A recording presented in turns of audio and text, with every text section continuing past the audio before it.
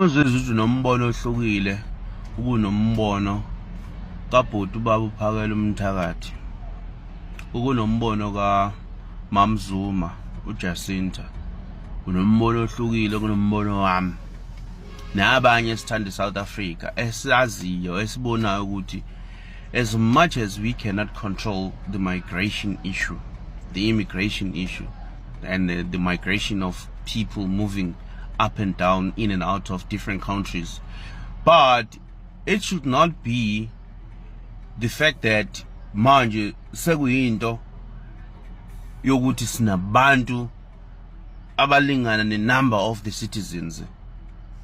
That's impossible. It shouldn't be like that. And whoever thinks that it's right for the outsiders to be the number that is equal to the number of the citizens, ekhanda lakhe akaphilile.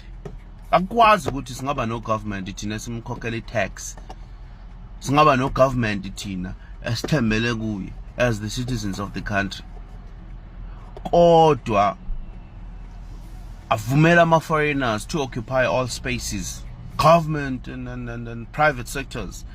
You'll find them there. Umsebenzi obunesi kumele ube umsebenzi o-occupy ama-South Africans, u-98% wawo.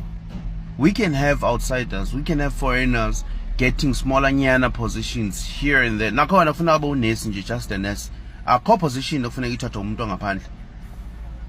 Sinaba abantu la who are fully qualified, who are well experienced, that can occupy those spaces.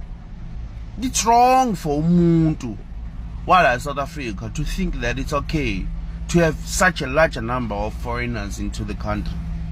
Lo muntu akekho right ekhaya, ufuna akufele lokho. Ningane zethu zizofunda ini, zifundela ini? Hayi ngisho ingane zethu.